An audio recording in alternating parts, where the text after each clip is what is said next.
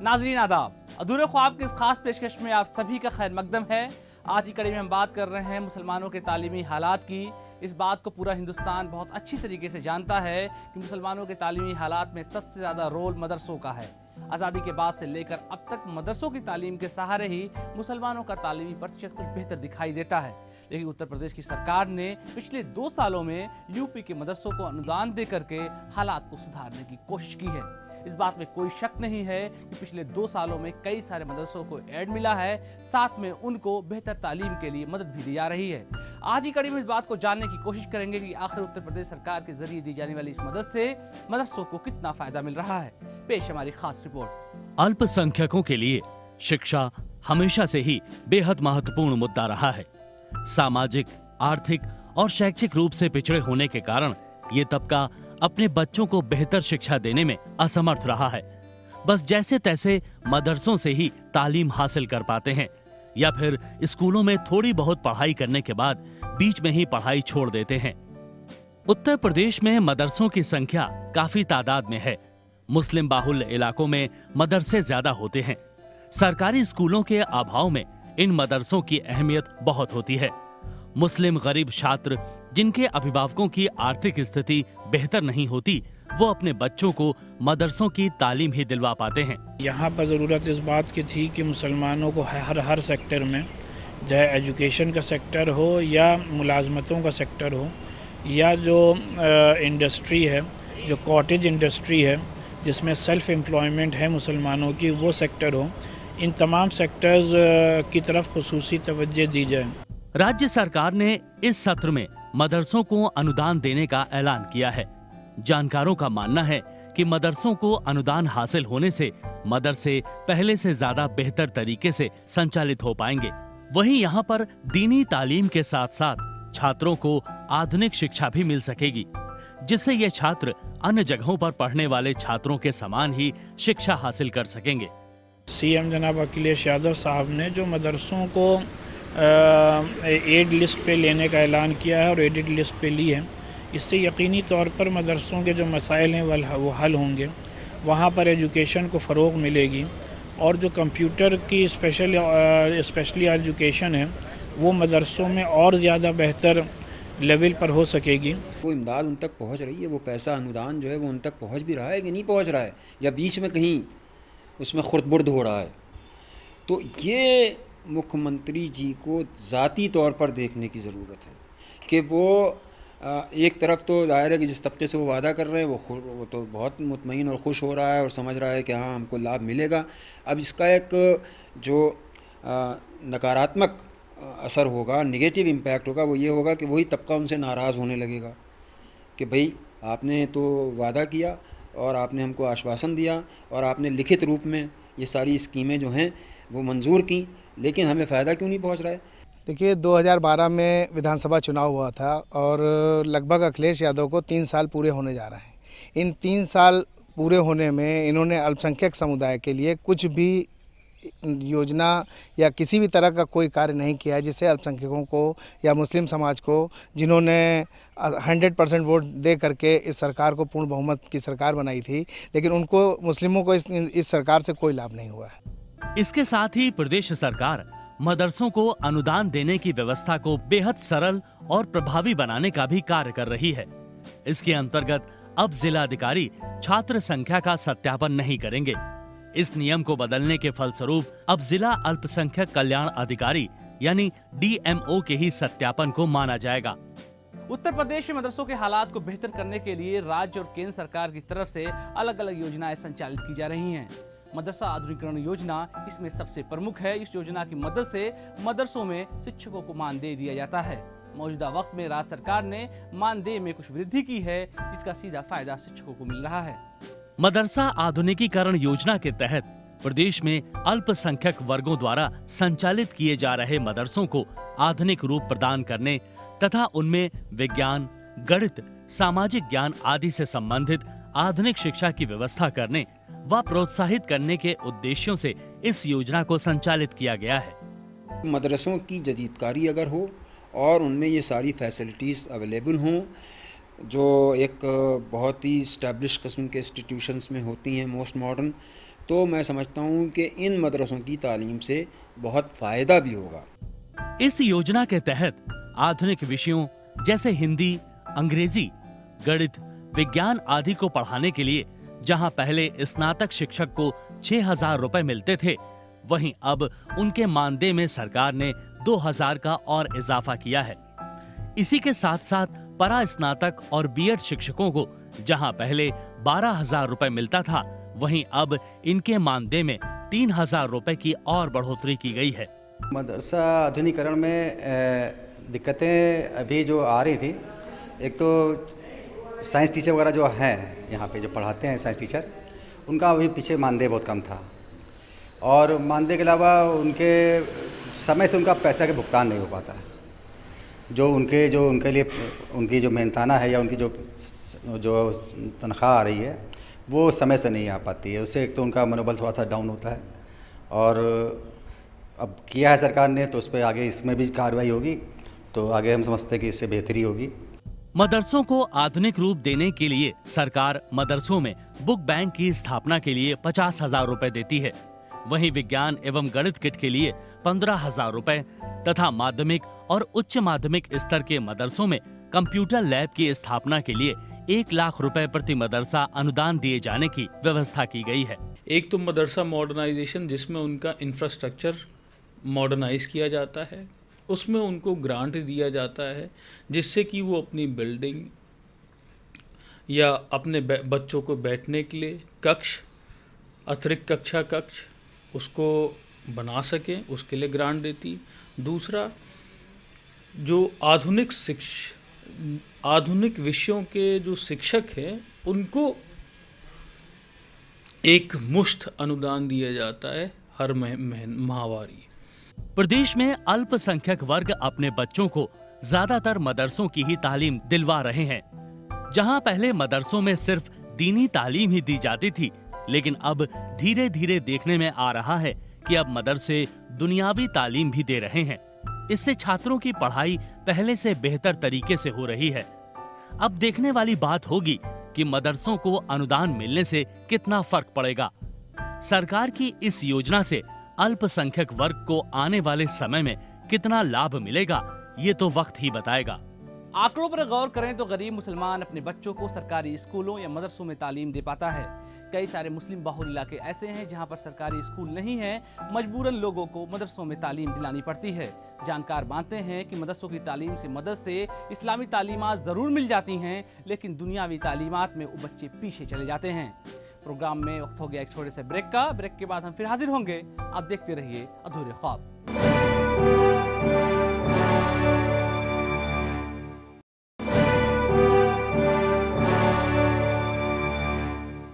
Break के बाद ख्वाब प्रोग्राम में आप सभी का एक बार फिर से खैर मकदम है। उत्तर प्रदेश में मदरसों के हालात का अगर जायजा लेंगे तो 2 तरह के मदरसे मिलते हैं। पहला, जिनको सरकार मदद कर रही है, दूसरा जो बिना सरकारी मदद के चल रहे हैं। उत्तर प्रदेश में ऐसे बहुत सारे मदरसे हैं जो अपने छात्रों को बेहतर सुविधाएं नहीं दे पा रहे हैं, जिसकी वजह से उनको बेहतर तालीम भी नहीं मिल पा रही है। अभी भी सूबे में अनुदानित और गैर अनुदानित मदरसे चल रहे हैं। जिन मदरसों को सरकारी सहायता प्राप्त है, उनकी हालत जरूर कुछ बेहतर है। प्रदेश में ऐसे बहुत से मदरसे चल रहे हैं जिनको सरकार की किसी भी सुविधा का लाभ नहीं मिल पा रहा है, और बहुत से ऐसे मदरसे भी हैं जो सरकार की किसी भी सहायता को लेते ही नहीं हैं। प्रदेश के मुस्लिम बाहुल्य इलाकों में सरकारी स्कूलों से ज्यादा मदरसे हैं, जहां पर ज्यादातर छात्रों को बेहतर और आधुनिक सुविधाएं मिल रही हैं, तो वहीं ऐसे मदरसे भी हैं जहां छात्रों को सिर्फ दीनी तालीम ही दी जाती है, जिससे छात्रों को कुरान शरीफ का हिफ्ज करने के साथ साथ उर्दू अरबी भी सिखाई जाती है। लेकिन जानकार मानते हैं कि जहां पर सिर्फ दीनी तालीम दी जाती है, वहां आधुनिक शिक्षा और दूसरे विषयों का भी ज्ञान दिया जाए, तभी मदरसों में पढ़ रहे छात्रों का भविष्य उज्जवल हो सकेगा। क्योंकि आजकल दीनी तालीम के साथ में दुनियावी तालीम का होना बेहद जरूरी है। मदरसों की खासियत ये है कि जो गरीब छात्र हैं, उनको यहाँ मुफ्त तालीम के साथ ही रहने के लिए हॉस्टल और भोजन भी मुफ्त दिया जाता है। इन मदरसों की आर्थिक व्यवस्था ज़कात, इमदाद आदि से चलाई जाती है। इसके अलावा मदरसों के फंड के लिए देश के लाखों दानी दान देते हैं, जिनका रिकॉर्ड प्रत्येक मदरसा सुरक्षित रखता है। देखा जाता है कि शहरी और ग्रामीण इलाकों में ज्यादातर मुसलमान बच्चे मदरसों के सहारे ही तालीम हासिल करते हैं। मदरसों में बेहतर तालीम न मिलने की वजह से ये बच्चे दुनियावी क्षेत्र में काफी पीछे चले जाते हैं। जानकारों का मानना है कि मदरसों में पढ़ने वाले छात्रों की तादाद लगभग 5 से 10% तक रहती है। बाकी छात्र सरकारी या फिर गैर सरकारी स्कूलों में तालीम हासिल करते हैं। सूबे में ऐसे बहुत से अल्पसंख्यक छात्र हैं जो सिर्फ मदरसों की ही तालीम ले रहे हैं, और बहुत से छात्र ऐसे भी होते हैं जो शुरुआत में ही पढ़ाई छोड़ देते हैं। आप जितनी फिक्र इन 5% के लिए कर रहे हैं, उतनी फिक्र अगर 95% लोगों के लिए कर दें तो ये 5% की फिक्र करने की ज़रूरत नहीं है। ये 5% जो है, जो मुस्लिम समाज है, वो आराम से चला लेता है, उसको कोई दिक्कत नहीं होती है, किसी तरह की कोई समस्या नहीं होती है। और जैसे ही मदरसे को कोई भी ग्रांट मिलती है, कोई पैसा मिलता है, उसके अंदर फिर से वो बहुत सी ऐसी अलगाववादी ताकतें हैं जो चिल्लाना शुरू कर देते हैं। कोई तुष्टीकरण का नाम देता है, कोई किसी और दूसरे तरह से कहता है कि साहब मदरसे में वो है। मदरसों की तालीम में पहले से फर्क तो जरूर नजर आ रहा है, लेकिन बहुत से मदरसे दूसरे आधुनिक विषयों को नहीं पढ़ा पा रहे हैं, जिसकी वजह से मुस्लिम छात्र पढ़ाई में ज्यादा फायदा नहीं उठा पा रहे हैं। सरकार को चाहिए कि इन मदरसों को चिन्हित करके इनको जरूरी सहूलतें दें, तभी कोई बात बन सकती है। सूबे में अल्पसंख्यक छात्रों को तकनीकी ज्ञान देने के लिए मिनी ITI योजना चल रही है। मदरसों में मिनी ITI योजना से छात्रों को काफी फायदा पहुंचता है। इस योजना से छात्र छात्राओं में कौशल विकास तो होता ही है, साथ में रोजगार के अवसर भी मिलते हैं। प्रदेश में अभी भी मिनी ITI की संख्या बहुत ज्यादा नहीं है, और जिन मदरसों में मिनी ITI योजना संचालित है, वहां के संचालक इस वजह से परेशान हैं कि उनको छात्रों को सिखाने के लिए कच्चा माल आसानी से नहीं मिल पाता है। इस चीज को सरकार को गंभीरता से लेना होगा, तभी यहाँ पढ़ने वाले छात्र आगे बढ़ सकेंगे। मिनी ITI में जो सरकार ने जो है, जब चलाते वक्त उन्होंने एक मुश्त रकम दी थी कि जिससे कि वो इंस्ट्रूमेंट खरीदें, कच्चा माल खरीदें, लेकिन बाद में उस चीज़ की जो है कच्चा माल है और तमाम चीज़ों की वो भरपाई पूरी नहीं की जा सकी। अब 10-10 साल पहले मिनी ITI खुले 2005, 2006, 2007 में, लेकिन अभी तक वो इसमें इस तरीके से कोई भी अनुदान या कोई पैसा हमारे मदरसों को नहीं दिया गया। तो अब यहाँ पे जो भी हमारा कच्चा माल होता है, हम अपने प्रैक्टिस कराते हैं, बच्चों को में इस्तेमाल करते हैं। जो भी इंस्ट्रूमेंट्स हैं उनमें टूट फूट होती है, जो कि इस्तेमाल होने वाले वंस टाइम में इस्तेमाल होने वाली चीज़ें होती हैं वो भी ख़राब हो जाती हैं, इस्तेमाल हो जाती हैं। अब बच्चे तो हमारे हर बैच में आते रहते हैं हर साल। अब बच्चों को वो रॉ मटेरियल ख़रीदना पड़ता है, तो वो हमारी मदरसे के जो इस कमेटी है मदरसा, उसको पूरा करती है, खरीदवाती है। बिजली का बिल का पेमेंट करती है जो इसमें लगता है, और तमाम ऐसे खर्चे हैं कि जो अगर सरकार इसमें कुछ इमदाद करती है तो बच्चों की बेहतरी के लिए अच्छा होगा। उत्तर प्रदेश के मदरसों में हालात को बेहतर करने के लिए राज्य सरकार की तरफ से मिनी ITI योजना लागू की गई। इस योजना का खास मकसद था कि बच्चों में कौशल विकास करके उनको रोजगार से जोड़ा जाए। लेकिन इस कोर्स की सबसे बड़ी बदकिस्मती यही है कि सरकार की नजरों में ही इस कोर्स की कोई मान्यता नहीं है। मुख्यमंत्री अखिलेश यादव अगर पूरे मामले में संजीदा होते हैं, तभी जाकर के इस कोर्स का कोई मकसद हासिल हो पाएगा, साथ ही अल्पसंख्यक बच्चों को कुछ फायदा मिल पाएगा। प्रोग्राम में वक्त हो गया एक और छोटे से ब्रेक का। ब्रेक के बाद हम फिर हाजिर होते हैं। आप देखते रहिए अधूरे ख्वाब।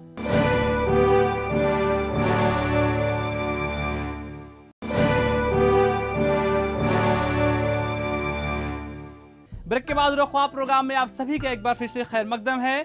उत्तर प्रदेश की सरकार मुसलमानों की बेहतरी के लिए कई सारी योजनाएं चला रही है। उनमें से खास योजना है मल्टी सेक्टोरल डेवलपमेंट प्लान। इस योजना के तहत सरकार चाहती है कि मुसलमान मुख्यधारा में आए और उनको आर्थिक, सामाजिक और शैक्षिक उन्नति मिल सके।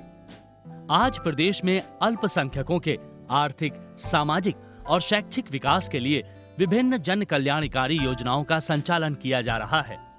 मल्टी सेक्टोरल डेवलपमेंट प्लान के जरिए मुस्लिम बाहुल्य इलाकों में विकास कार्य किया जा रहा है, लेकिन जानकारों का मानना है कि कोई भी विकास अभी दिखाई नहीं दे रहा है। कब्रिस्तान की बाउंड्री करवाने से मुस्लिम समाज को कोई लाभ मिलने वाला नहीं है। यहाँ तक कि जो केंद्र सरकार थी, मनमोहन सिंह जिसमें प्रधानमंत्री थे, उसके बाद दोबारा चुनाव हुआ तो इस वक्त जो है नरेंद्र मोदी जी प्रधानमंत्री हैं, उन्होंने लगभग 3500 करोड़ रुपया अल्पसंख्यकों के जो है उसके लिए अनुदान यहाँ पे उत्तर प्रदेश सरकार को दिया है। केंद्र सरकार से आए हुए पैसे को उत्तर प्रदेश सरकार ने किसी भी जगह यूज़ नहीं किया है। मल्टी सेक्टोरल डेवलपमेंट प्रोग्राम 12वीं पंचवर्षीय योजना में प्रदेश के 48 जिलों में लागू है। इन जनपदों के अल्पसंख्यक बाहुल्य 144 विकास खंडों तथा 18 नगरीय क्षेत्रों को मल्टी सेक्टोरल डेवलपमेंट प्रोग्राम के अंतर्गत चयनित किया गया है, जिसके अंतर्गत चिकित्सा केंद्रों का निर्माण, ITI की स्थापना, महाविद्यालयों का निर्माण, इंटर कॉलेजों का निर्माण, प्राथमिक विद्यालयों का निर्माण, आंगनबाड़ी केंद्रों का निर्माण कराया जा रहा है तथा कौशल विकास की भी व्यवस्था की जा रही है। इसमें प्राइमरी फोकस हमारा जो था उसमें इंफ्रास्ट्रक्चरल डेवलपमेंट से था, स्वास्थ्य सेवाओं के डेवलपमेंट से था, शिक्षा का प्रचार, जिससे कि अल्पसंख्यक बाहुल जनपदों और इलाकों को, एरियाज़ को डायरेक्ट बेनिफिट हो सके और उससे अल्पसंख्यक भी बेनिफिट हो सके। यही बेसिकली MSDP का मोटिव था, जिसको राज्य सरकार ने पूरी तरह से उत्तर प्रदेश में सक्सेसफुली इम्प्लीमेंट करके दिखाया है। सरकार ने भी वादा किया था कि गवर्नमेंट स्कूल्स खोलेंगे जहाँ के ऊपर भी मुस्लिम या अल्पसंख्यक घनत्व की आबादी ज़्यादा है, जहाँ पर वहाँ के ऊपर खोला जाएगा। अभी तक कि इसके ऊपर कोई कार्य दिखाई नहीं दिया है, कम से कम मेरी जानकारी में नहीं है कि इस तरह का कोई भी कार्य जो है वो किया गया हो। गाँव देहात में पहले ज़माने में जो खेत और खलियान थे वो बड़ी तादाद में उसके मालिक मुसलमान खुद थे, लेकिन धीरे धीरे उनके जैसे जैसे हालात ख़राब होते गए वो अपनी ज़मीनों को बेचते गए, उनके हाथों से ज़मीनें निकलती गईं और इस वक्त बड़ी तादाद में वो मुसलमान गांव देहात में रहते हैं जो एज अ लेबर दूसरों के खेतों में काम करते हैं। तो ज़रूरत इस बात की है कि उनके भी रिहैबिलिटेशन और उनकी भी तरक्की के लिए काम किए जाएं। जो इन्होंने योजनाएं लागू की हैं, जब चुनाव का अपना घोषणा पत्र जारी किया था कि हम मुसलमानों को 18% का आरक्षण देंगे और सच्चर कमेटी की रिपोर्ट को पूरी तरह से लागू करेंगे और सरकारी नौकरियों में भी मुसलमानों को जो है 18% का आरक्षण दिया जाएगा, शिक्षा के क्षेत्र में दिया जाएगा और मदरसों का आधुनिकीकरण किया जाएगा और मुस्लिम बाहुल क्षेत्र में जो है क्या कहते हैं मुसलमानों के अल्पसंख्यकों के लिए नए कॉलेज या इंटर कॉलेज, डिग्री कॉलेज खोले जाएंगे। उस तरह का कोई भी कार्य इन्होंने उसमें से एक भी किसी की शिलान्यास तक इन्होंने नहीं किया कि किसी मुस्लिम क्षेत्र में किसी भी स्कूल का कोई शिलान्यास किया गया हो। इसी कड़ी में अल्पसंख्यक वर्ग को अन्य वर्ग के समानांतर समाज की मुख्य धारा में लाने के लिए मात्राकरण योजना संचालित की जा रही है। अल्पसंख्यक समुदाय के सर्वांगीण विकास के लिए प्राथमिक तथा माध्यमिक शिक्षा के रूप में इंटरमीडिएट स्तर की स्तरीय शिक्षा उपलब्ध कराए जाने तथा उन्हें रोजगार का पर्याप्त अवसर उपलब्ध कराए जाने के उद्देश्य से प्रदेश में शैक्षिक हब की स्थापना का फैसला किया गया है। निश्चित रूप से जो वादा किया था वो समाजवादी पार्टी ने वादे तो बहुत से किए थे, लेकिन ये वादा जो है ये महत्व रखता है क्योंकि जो जितने भी हमारे एजुकेशन से रिलेटेड इंस्टीट्यूशन है वहाँ पर ख़ास करके हायर एजुकेशन की जब बात करते हैं, टेक्निकल एजुकेशन की बात करते हैं, मेडिकल साइंसेस की बात करते हैं, वहाँ पर आप देखें कि अक़लियत की गिनती बहुत कम है और ख़ासकर मुसलमानों की गिनती बहुत कम है। तो इसके ऊपर हमारी ये गुजारिश है इस हुकूमत से, जो मरकज़ी हुकूमत है और जो सूबाई हुकूमत है, दोनों से, कि इसके ऊपर एक मरतबा फिर से गौर करें। जानकार मानते हैं कि सरकार अपनी योजनाओं को लेकर चाहे जितना ढिढोरा पीटती हो, लेकिन जमीन पर हकीकत कुछ और ही है। सच्चर कमेटी भी चीख चीख कर इस बात को कहती है कि उत्तर प्रदेश में मुसलमानों के हालात बहुत ज्यादा बेहतर नहीं है। अगर यूपी में हालात इस तरह के हैं तो सरकार इनकी वजूहात का पता क्यों नहीं लगाती है ताकि उनका बेहतर हल निकल सके। सरकार भले ही दावा कर रही हो कि मुस्लिम बाहुल्य इलाकों में तमाम योजनाओं का संचालन हो रहा है, लेकिन जमीनी हकीकत अभी भी कुछ और ही है। बहुत से इलाके आज भी जरूरी संसाधनों से वंचित हैं, जिसके लिए सरकार को गंभीरता से सोचना होगा। वो मुसलमान कि जिसके लिए ये स्कीमें बनाई गई हैं, अगर वो खुद एक्टिव हो जाए, बेदार हो जाए, जागरूक हो जाए और ये हमें क्यों नहीं ये पैसा मिल रहा है, ज़ाहिर है आज तो राइट टू इन्फॉर्मेशन का ज़माना है, वो कदम कदम पर सवाल कर सकता है, वो पूछ सकता है क्यों हम लाभान्वित नहीं हो रहे हैं इन सारी स्कीमों से। तो उसके अंदर भी एक जागरूकता पैदा होना चाहिए, ये नहीं कि साहब वो बैठ रहे, तो उसको भी आवाज़ बुलंद करना चाहिए। अल्पसंख्यक विभाग की योजनाओं और स्कीमों का फायदा आज भी बहुत से मुसलमान नहीं ले पा रहे हैं। इसके लिए सरकार को अभियान चलाकर अपनी योजनाओं का ज्यादा से ज्यादा प्रचार और प्रसार करवाना चाहिए ताकि जरूरतमंद लोगों को फायदा हो सके। कई सरकारी स्कीम माइनॉरिटीज़ के लिए, मुसलमानों के लिए इस वक्त चल रही हैं। उसका फ़ायदा मुसलमान, आम मुसलमान को, गरीब मुसलमान को सही तौर पर मिल सके, इसकी ज़िम्मेदारी सिर्फ हुकूमत के ऊपर आप नहीं छोड़ सकते, बल्कि स्कीमों का ऐलान करना हुकूमत का काम था। अब उन ऑफिसर्स का ये काम है कि उसको एग्जीक्यूट करें, और मुस्लिम ऑर्गेनाइजेशंस का काम है कि इस बात को यकीनी बनाएं कि ज़रूरतमंद लोगों तक ये स्कीम पहुंच जाए, और जो भी बजट एलोकेट किया गया है वो इसी बजट सेशन में उन तक उसका फ़ायदा पहुंच जाए, जिससे कि जो अमाउंट है वो लैप्स ना हो। शर्त ये है कि वो योजनाएं जो हैं कागज़ पर बनी हुई न दिखाई दें, बल्कि हम ये देखें कि उन योजनाओं से उस तबके को लाभ कितना होता है जिस तबके के लिए वो योजनाएं बनाई गई हैं। अक्सर होता है कि बहुत सारी योजनाएं शुरू कर दी जाती हैं और उसके अंदर सबके अंदर थोड़ा पैसा जो है वो एलोकेट कर दिया जाता है। उससे किसी भी योजना से जो लाभ मिलना चाहिए एक अल्पसंख्यक जो पूरे हमारी कम्युनिटी है, वो लाभ नहीं मिल पाता है। ये निश्चित रूप से इसके बारे में सरकार को दोबारा सोचना चाहिए। राज्य सरकार का 3 साल का वक्त पूरा हो चुका है, लेकिन अभी भी हालात में ज्यादा तब्दीली नहीं दिखाई दे रही है। जरूरत इस बात की है कि जो योजनाएं अल्पसंख्यकों की पढ़ाई और विकास के लिए वादे किए गए हैं, उन पर अमल किया जाए, तभी और लोगों के साथ साथ मुसलमानों के भी अधूरे ख्वाब पूरे हो सकेंगे। उत्तर प्रदेश के ज्यादातर मुस्लिम बाहुल इलाकों में दिक्कतों की अंबार है। 2012 में समाजवादी पार्टी की जब सरकार बनी थी तो उन्होंने अपने मैनिफेस्टो में 12 मुद्दों का जिक्र करते हुए मुसलमानों की बेहतरी का वादा किया था। 3 साल का वक्त बीत चुका है, लेकिन हालात अभी बहुत ज्यादा बेहतर दिखाई नहीं देते। सरकार के पास अभी भी 2 साल का वक्त बचा हुआ है। अगर सरकार चाहे तो मुसलमानों के शैक्षिक स्तर को बेहतर करने के साथ साथ उनको रोजगार से भी जोड़ सकती है, और तभी जाकर के मुसलमानों का अधूरे ख्वाब पूरे होंगे।